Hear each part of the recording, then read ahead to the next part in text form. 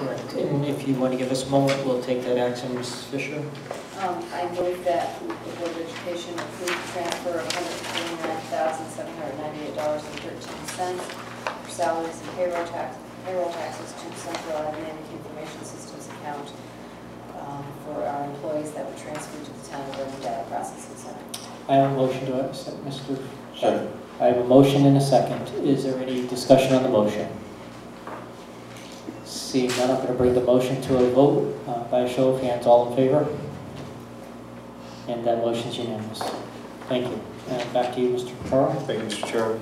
The Board of Ed portion of the annual town audit for fiscal year 2012 has concluded. Final report will be forthcoming once the town has completed that portion of the audit. So we expect that in the next couple of months, and the results will be shared with the Finance Committee to the Board accordingly. And lastly, this is more of a reference item as we continue our budget planning process. We've included the current capital expenditure plan in your package. That's Exhibit C. We'll be looking to update that through our Facilities Committee within the next couple of weeks, and we'll be working with that group to do so and bring it back to the Board for budget purposes. Moving on to health insurance, draw your attention to Exhibit D. Briefly, we have put out for bid our health insurance, working with our insurance brokers, Brown & Brown and the Town of Vernon's insurance brokers, new insurance brokers, Ovation Benefits. The RFP was released on January 2nd. The intent to bid was due on January 9th, and the final bids are due to our brokers on January 18th.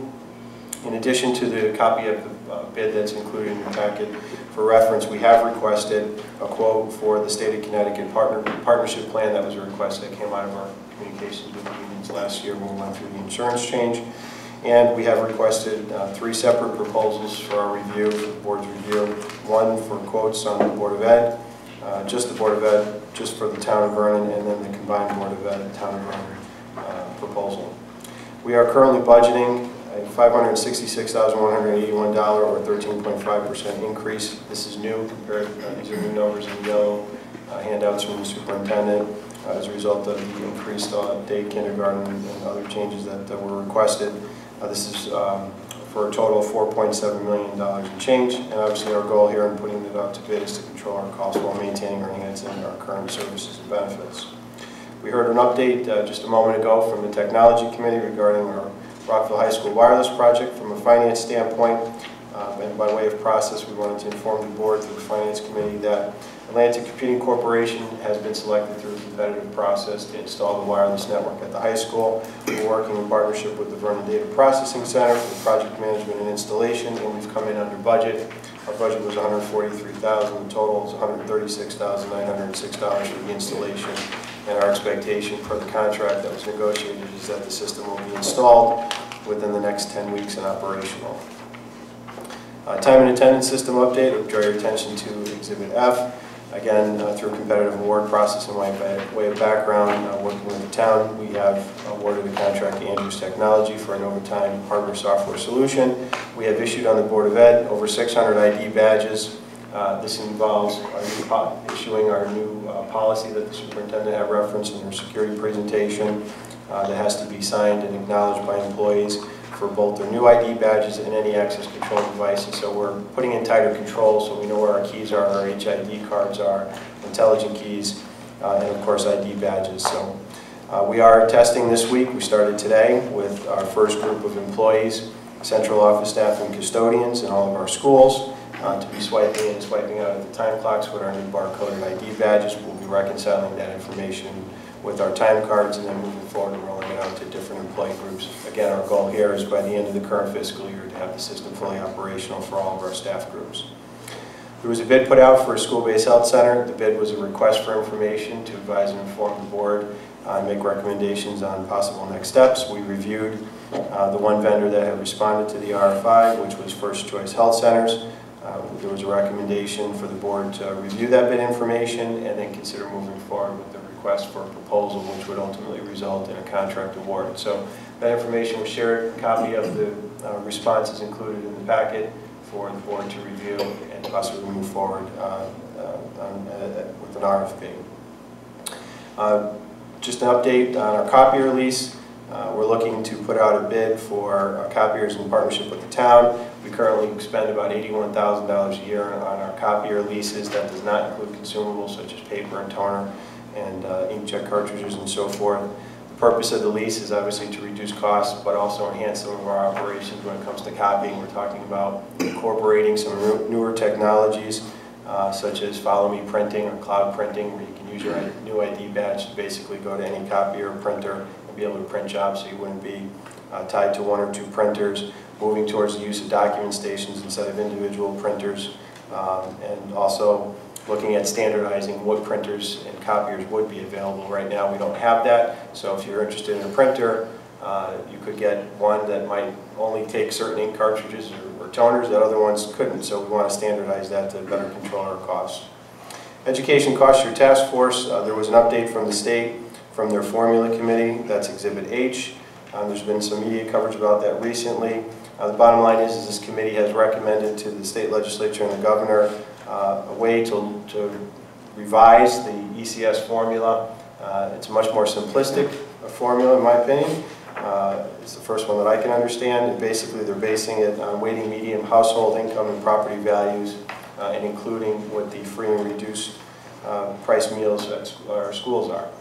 If that were to pass, and I don't think it would be likely, and I say that very cautiously, we're looking at over a 4-year period an increase of about $7.6 million for our ECS funding. So again, that's been referred to the legislature and the governor for further consideration. Unlikely in the budget deficit time we would get that, but any movement is good, and I think that conceptually this is the step in the right direction for us. Medicaid school-based child health care cost report reimbursement, Exhibit I, that's included in your packets as well. We had discussed switching vendors from our current Medicaid reimbursement software company to a new one called CompuClaim, and Mrs. Buell, her staff, and the business office have been working hard on this for the past few months. Bottom line is we're looking to maximize our Medicaid reimbursement, and with our new vendor, we found ways to do that.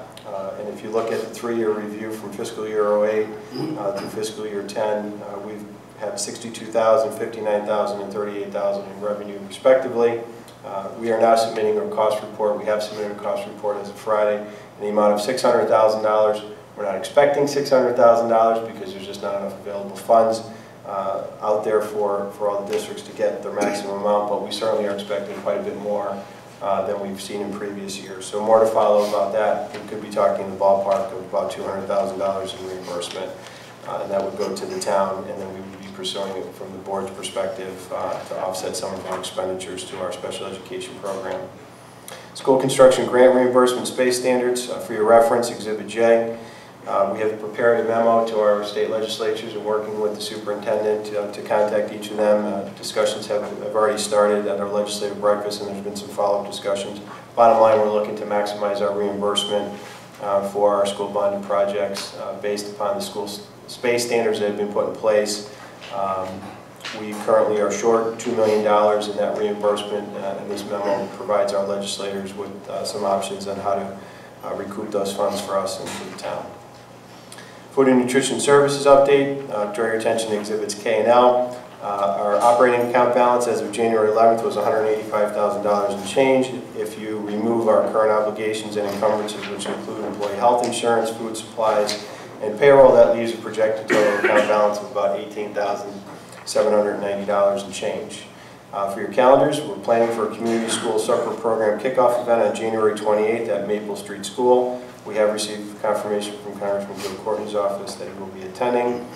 For this event, the families of the students participating in the community school program will be invited to dine for free of charge with their child, and the cost of the food will be paid from a grant obtained from the National Share Our Strength No Kid Hungry program, a grant applied for by our Food and Nutrition Services section. And then lastly, by way of update, our point of sale system, we have awarded that contract to NutriKids through a competitive bid process, and we're working with the Vernon data processing centers to go online in consecutive phases as we have outlined in the report here. Our final cost is slightly under budget, of which, by way of a reminder, we have budgeted $30,000 in fiscal year 2012, which is an encumbrance that we'll be bringing this year, so it won't cost us anything out of the general fund appropriation for the Board of Ed this year. The balance of that will be paid for out of the Food and Nutrition Services Enterprise Fund and the recurring annual fees, which include the software, technical support, maintenance, and hardware warranty will be paid out of the Food and Nutrition Services account and not out of the general fund appropriation of the board. School facilities, Exhibit M. This is a required motion from the board. Start with the Rockville High School boiler repair. We discussed this before, we've had a critical failure of one of the boilers due to a malfunctioning low water valve. That has resulted in repair costs totaling about $95,000. We have put it through our insurance company, and we do have a $10,000 deductible. So, through you, Mr. Chairman, I'll be recommending on behalf of the Finance Committee that the board considers a motion for us to request $10,000 from the Capital and Non-Recurring Education Fund and the amount of $10,000 to pay for our insurance deductible for this repair. Thank you. Ms. Fisher? I was just going to say so moved. Okay. Well, you've got a motion by Mrs. Fisher. Mr. Percy? Second. I have a motion and a second to make a request to get $10,000 reimbursement from the Capital Non-Recurring Fund for RHS boiler repairs. Is there any discussion on the motion? Seeing none, I'm going to call the motion to a vote by a show of hands. All in favor? And that's unanimous. Thank you. And Mr. Carr. Thank you, Mr. Chairman. Central admin boiler replacement. We are in phase 1 of that, and thank you to the board for the waiver of competitive bid and for the capital non-recurring request of $80,000, which was approved by the town. Phase 1 involves looking at the boiler, getting price quotes, which we have done, even though we were exempt from the bid process. We still went out and sought 5 vendors. We received 4 quotes ranging from $38,000 to $45,000. Advanced Mechanical Services was the lowest bid at $38,000. They've been selected, and they'll be coming in to do the first phase of this repair project here at the admin building, which would be to install a new dual fuel, it's oil and natural gas fired boiler. Second phase will involve installing a new chimney liner, and then phase 3 would be the running of the natural gas line to the building and then switching over the boiler to natural gas. And that's all in process. Fire sprinkler testing has been completed. It's a quarterly test done in all our schools this past Saturday. All systems functioned as designed within all our code requirements. And as the superintendent mentioned in her security presentation, we have begun construction of our new central admin front entrance. Risk management, we have scheduled an accident and incident investigation training with KERMA on February 11th from 8:30 to 10:30 a.m. here at the Board of Ed in this room. We invited the town to participate with us in that training. We have, at the request of our PTOs and booster clubs, scheduled a 501c3 information session excuse me, on January 22nd from 6 to 8 p.m. Again, that's, I believe, here in the Board of Ed as well. And we are still working on our Storm Sandy reimbursement, working with the town controller. We had discussed previously $4,100 in change for labor and food costs, but we've now added generator and fuel usage. Not a lot of money, but again, everything but helps into that equation. And then last but not least, special projects. Mobile concession stand we had discussed. We were working with the Football Booster Club. We've made a grant application to the Rockville Bank Foundation. The Football Booster did with us, and it was approved for $12,000 contingent to reach our goal of $36,000. And again, the Football Booster Club is working with other boosters, I believe, to reach out to other companies to try to come up with that money. And again, equally as important, we are working on writing draft policies and procedures should we receive that funding for the use of this mobile concession stand, and that will go through administrative and board protocol. And then last is the school bus safety camera system. We have received confirmation from State Attorney Matt Gdansky to meet with him this Thursday, the superintendent and police chief, to continue those discussions and moving forward with installing cameras on the outside of our buses. That's it. Thank you, Mr. Anything else? Any questions for Mr. Carr or anybody regarding the finance report?